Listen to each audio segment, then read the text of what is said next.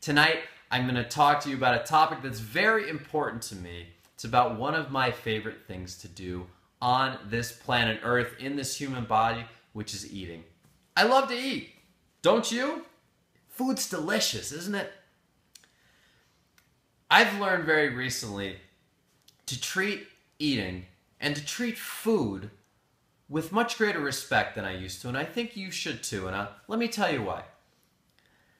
Food is energy. Have you ever heard the saying, you are what you eat? Well, it's true. Food, just like anything else, is energy. And the food that you take into your body tells you what kind of energy you're ingesting into your body. So it's important that if you're someone who's on the spiritual path, someone who's focused on raising their vibration, of going along with the ascension process that the planet is going through very, very rapidly these days, and it's accelerating every day. It's very important for you to start thinking about not only the foods you eat, but how you're eating. Are you treating your food with the respect it deserves as being the pure form of energy manifested into physical form? So, you're going to want to put the most nutritious things possible in your body. Are you eating mostly live food, or are you eating food that's not so alive? I remember recently I was at a mall and I was looking at the food on hot plates and buffets, and the food just looked energetically dead.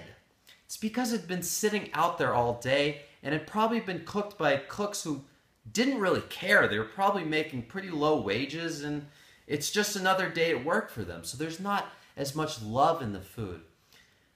If you cook your own food, on the other hand, it's your energy going directly into the food. Your hands are preparing the food, and thus it's your energy. And this food is going to naturally be much more nutritious, much more digestible, much more tasty, actually, and much more enjoyable for your body. So cook whenever you can. Buy the best foods at the supermarket. Buy organic food. It really is better. Trust me. It is so much better. Another thing you can do, you can have a friend muscle test you. And if you don't know about muscle testing, just Google it real quick. For foods that you have a feeling might not be good for your body anymore. Recently, I've discovered meats are not good for my body anymore. So I've gone pretty much vegetarian. And you can discover which foods are good for your body and which aren't by muscle testing. Or just use your intuition. If you have a feeling that a food isn't working for you anymore, this happened to me recently with yogurt. I had a feeling it just wasn't working for my body anymore. I didn't feel good. I didn't feel energized after. Then it might not be something that you want to continue eating. Food should leave you feeling energized. If you feel tired after a meal, it's because of one of a couple reasons. Either the food you're eating is not what your body wants, it's not very compatible with your body, or you're probably eating out at a restaurant or at a buffet where the food is not very energetically live. Maybe the food is old. Fast food is awful. It's barely even food. Or you're eating too much.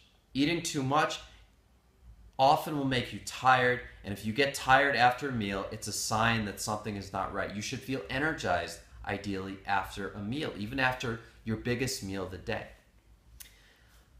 Another thing with food is the more that you thank the food, the more you pray over the food, the better it's going to be energetically for your body, because your body is going to feel that gratitude. Your body is going to feel that good energy that you're putting into the food.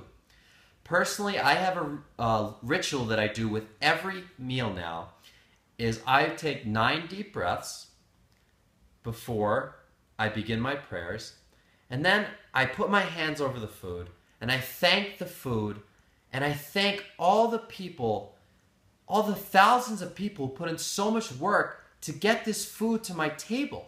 I thank myself for cooking. I thank my body for being so beautiful and vibrant, and for digesting the food so well. And then I instruct my body. I say, dear body, please digest this food with lots of love and a very expedient metabolism, and please take whatever nutrients you need from this food, and please discard the rest. And body, if there's anything else you need from me now or anytime, please let me know. And then I pause and I see if there's a message. Usually there isn't. Sometimes there is. More sleep, less yogurt, things like that.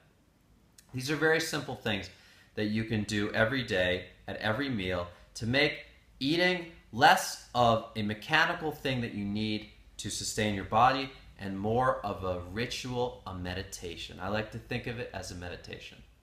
The last thing is eat with your hands. If you can, if you feel comfortable. I'm to the point now where even if I'm eating out with people, I still eat with my hands. I don't care. If someone walking by thinks it's weird, they think it's weird. That's fine.